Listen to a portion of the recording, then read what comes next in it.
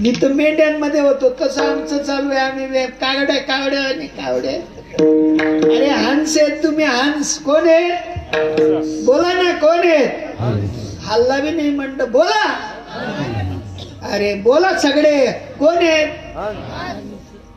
कावड्यावानी कशाला जीवन जगता? हंसावानी जगा हंसावानी. आणि ज्या वेळेला हंसावानी जीवन जगायचं सुरू कराल त्यावेळेला आनंद येईल. हा अजब दरबार आहे गुरूंचा. आणि त्या अजब दरबारामध्ये तुम्हा आपल्याला हंस बनायचा लास्ट बेस्ट चान्स आहे. हा शेवटची पाडी. एक मनुष्य जन्म चुकलिया वर्म. कावडे राहू नका. काय बना? तुम्ही नका. तुम्ही बनलेले कावडे राहू नका. काय बना? लढाई होऊ द्या बरं आता. होय खोसून खोसून काय देशात.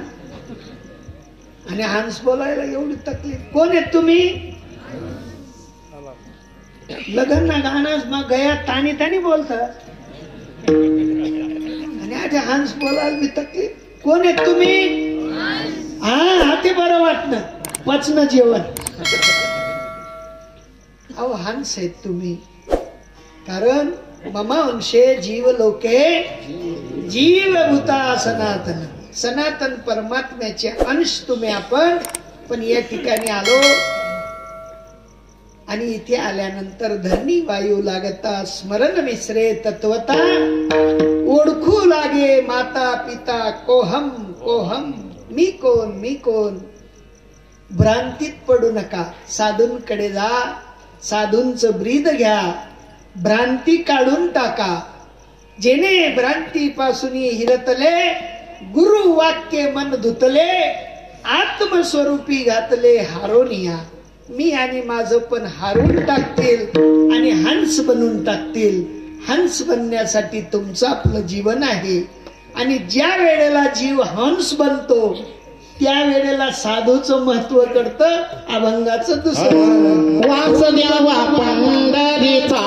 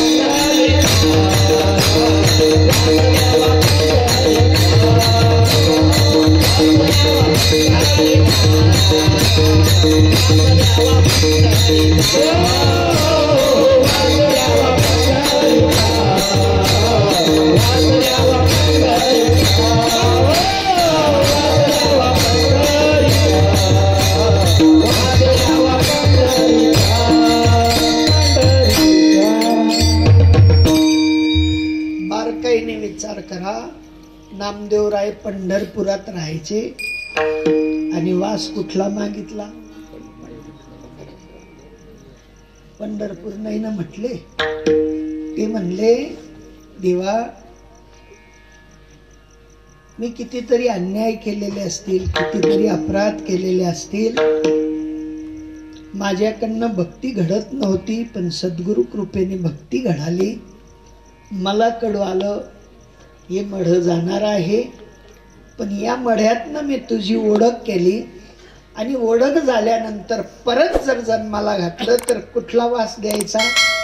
वास द्यावा पंढरीचा सदा संग हरिदास ज्या ठिकाणी असतील त्याच ठिकाणी मला पाठव जा, जेणेकरून मी माझं स्वरूप विसरणार, हंसाचं स्वरूप विसरणार नाही. तुम्हा आपल्याला भ्रांती आहे की परत आम्ही माणूस म्हणून जन्माला येऊ, शक्य नाही. नामदेव रायासारख्यांना देवाकडे मागावं लागलं, वास द्यावा पंढरीचा सदा संग. तुम्हा आपल्याला मरताना कोणाला काय आठवेल सांगता येत नाही. कोण म्हणतं आजीत जीव आहे, कोण म्हणतं बाबात जीव आहे, कोण म्हणतं भावात जीव आहे. अगा मरणी जो जे आठवे तो तेची गती ते पावे, आणि म्हणून तुवा स्मरावे मातेची सदा. सदोदित माझं भजन करणारा बन, मग मात्र तुझं मन इकडे तिकडे जाणार. मन जर इकडे तिकडे गेलं तर तो त्या जन्मात जाईल यात संशय नाही. पण मन जर का हंस म्हणून हंसाकडे लागलं तर मग मात्र तुम्हाला जे मागाल ते भेटेल. वास द्यावा पंढरीचा सदा संग. हरिदासाच्या संगात राहून फायदा काय? काय फायदा? महाराज ड्युटी बी जाते, पैसे बी जाता साले, टाइमावर गाडी भेटत नाही साली, सगळं साल्या साल्यावर जात. कशावर जात साले? काय हरिदास बी कामाचे नाही साले, किती बी साले आले का?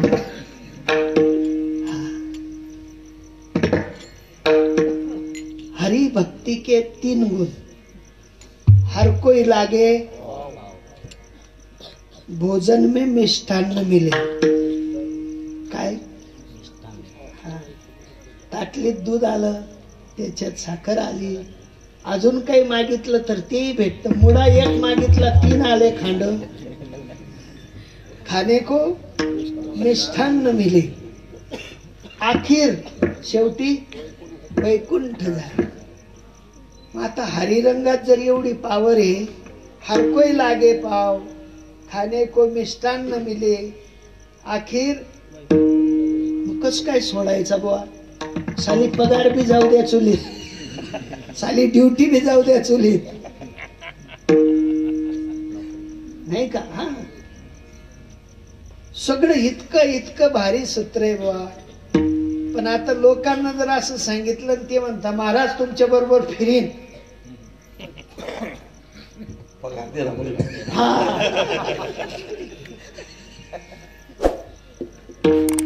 लाभात लाभ हरिभक्तीचा जो लाभ आहे तो दिसत नाही पण वस्तीला आहे.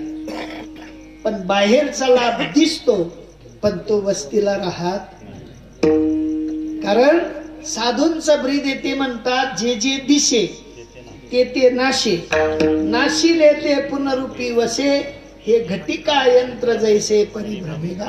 गड्याळीचा काटा जसा थांबत नाही तसं दृश्य जगत कुठे थांबलेलं नाही. पण अदृश्य असलेला माझा परमात्मा कुठे जात? अदृश्य असलेल्या परमात्म्याची भक्ती करण्यासाठी हा मनुष्य देह आहे. शेवटची पाडी एक मनुष्य जन्म, चुकलिया वर्म फेरा पाडू नका. उठा जागे वारे आता, स्मरण करा पंढरीनाथा, बावे चरणी ठेवा माथा, चुकवी व्यथा जन्माच्या. जन्माच्या व्यथा चुकवण्यासाठी संतांचा संग करा. माणूस ना देव बने जाय, देव बने जाय, संतांना संग माणूस ना देव बने जाय, देव बने जाय, संतांना संग माणूस ना देव बने जाय, देव बने जाय, संतांना संग माणूस ना देव बने जाय, देव बने जाय, संतांना संग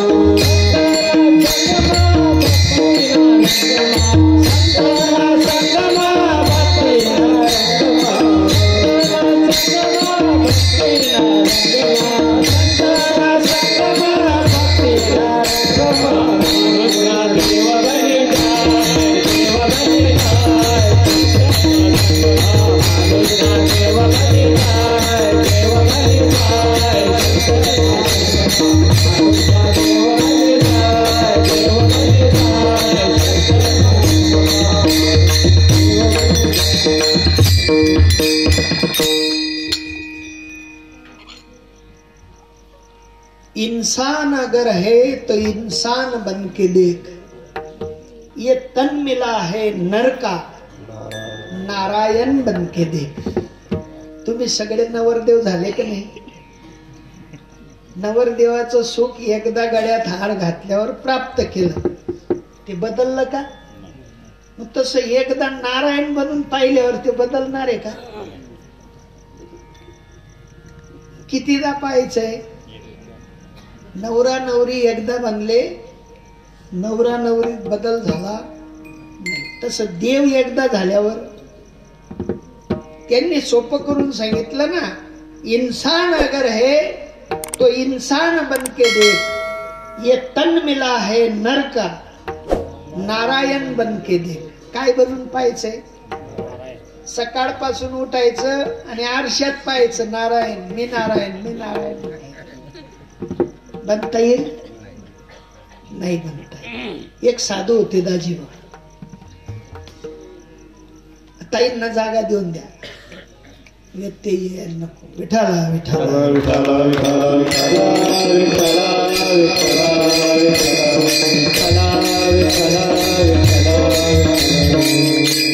जास्त त्रास झाला की लाईट बंद करून द्यायची. ज्यांना उठून जायचं ते निघून जातात चुपचाप. महाराज सालो बोर शेर कोण लय रे? हा कान से लयणार हो देखच. संत महात्मा म्हणतात. काय विषय होता आपला? हा बोरे खाता खाता चीज नाही आधी घ्या. एकदा नारायण बनायचं. सोपी गोष्ट सांगतो. कृष्ण परमात्मे जन्माला आले, 4 हात घेऊन आले का 2 हात? तुमच्याकडे. त्यांच्याकडे 2 डोळे होते, तुमच्याकडे. त्यांच्याकडे 3 कान होते, तुमच्याकडे. त्यांच्याकडे 1 कान जास्ती होता ना.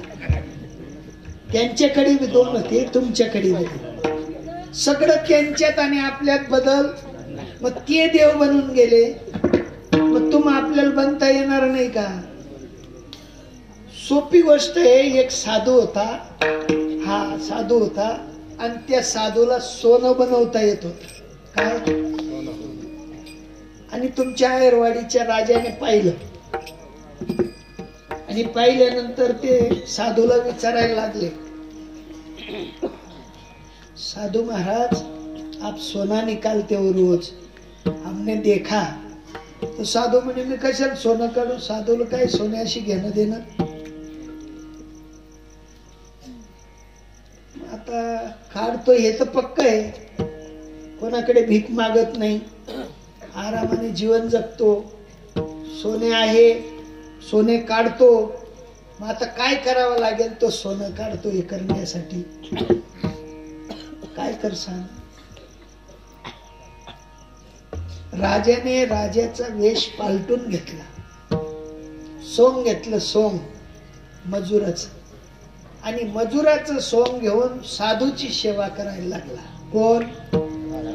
राजा. आणि राजाची ती स्थिती साधूला कळली नाही. पण शिकून गेल्यानंतर राजाने मात्र राजाचा वेश घातला आणि साधूकडे आला आणि सांगितलं की महाराज मी पण सोनं काढतो तुमच्यासारखं. साधू म्हणे किधर तो भी घिसाई होगी, क्या किया होगा? हा कुठेतरी तू नाक घासलं केलं असेल ना, तेव्हा तुला कळलं की सोनं काढता येतं.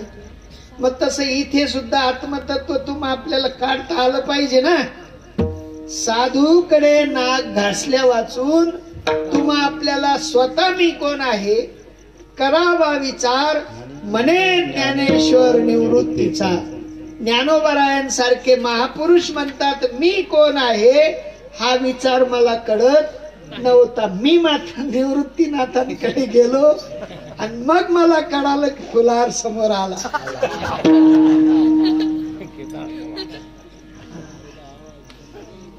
कीर्तन म्हणजे थट्टा नाही, कीर्तन म्हणजे सगुण चरित्रे परम पवित्रे सादर वर्णावे. पुढे हा पुढे जेणेकरून मूर्ती ठसावी अंतरी श्रीहरीची. हे होत नाही तो कीर्तन बंद व्हावं. हा जोपर्यंत तुमच्या हृदयात देवाची स्थापना नाही तोपर्यंत कितला बी फुला ठेवा, कीर्तन बंद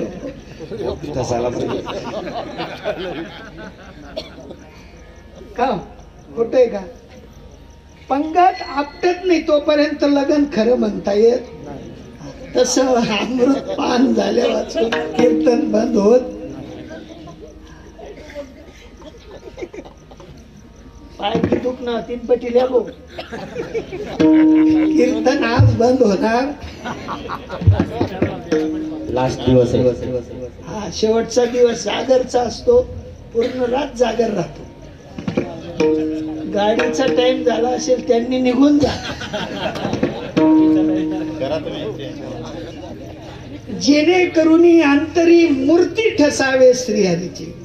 अंतकरणात श्रीहरीची मूर्ती ठसवणं म्हणजे देव बनून इथून जाणं. आणि देव बनण्यासाठी जे आले ते बसतील, बाकी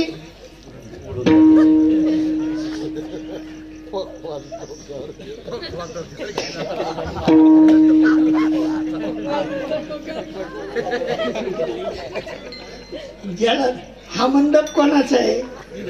देवाचा. मग देवाच्या मंडपात कोण बसत? देव बनणारे, देव बनण्यासाठी आलेले.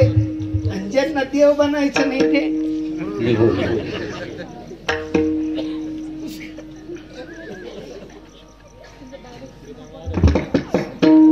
आनंद आहे का दुःख आहे? देव बनण्यात का माणूस बनण्यात? आणि मग कशाला चिंता करता फुलारची? महाराजाचं एकडच पडेल गड्यात, चिंता करायची गरज. साधू महात्मे म्हणतात जोवरी अंतरी मूर्ती ठसावे, श्रीहरीची मूर्ती ठसवण्यासाठी 80 कीर्तन मर्यादा आहे. संतांच्या घरची कीर्तन मर्यादा म्हणजे कीर्तन चांग होय कीर्तनाचे नि नटनाचे नाशिले व्यवसाय प्रायश्चित्ताचे, जेथे नावच नाही पापाचे ऐशे केले. अशी पद्धतीने जो जीव भक्ती करेल तो देव झाल्या वाचून राहणार नाही. आणि देव होण्यासाठी माझ्या परमात्म्यांचं भजन केल्या वाचून राहू नका. जय जय जय जय जय जय जय विठोबा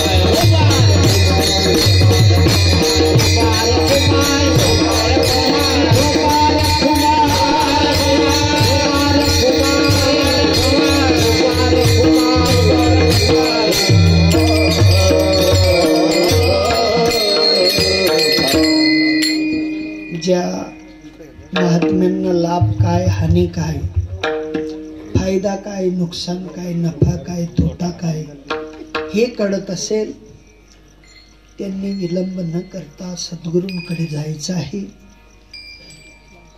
माझा उद्धार कशात आहे असा विचार विचारायचा आहे.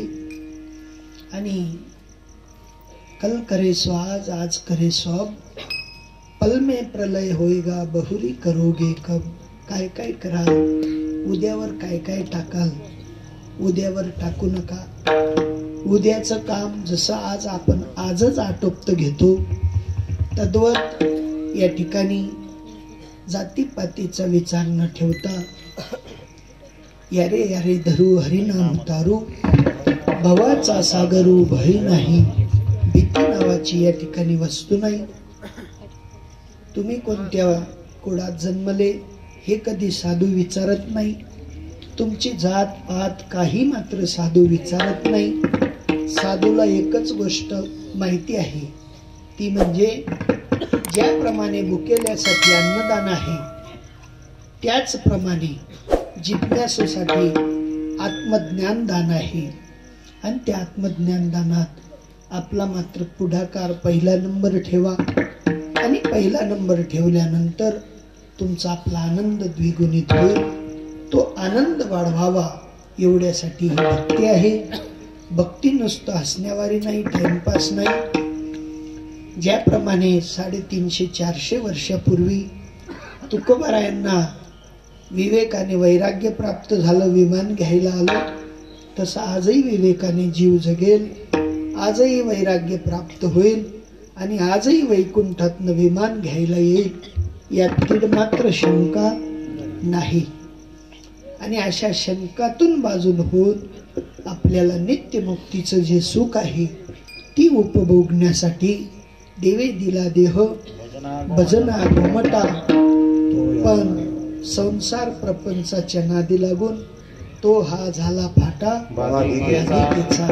बाधिकेच्या फाट्यातनं बाहेर निघा आणि माझा परमात्मा आपलासा करा. आपुला तो एक देव करून घ्यावा. येणे वीन जीवा सुख नव्हे. सुख असेल तर ते संतांकडे आहे. संत त्या सुखाचा ठेवा आपल्याला हस्तगत करून देतात. आणि ज्या संतांनी सुखाचा ठेवा हस्तगत करून दिला अशा संतांचं एकदा भजन करा.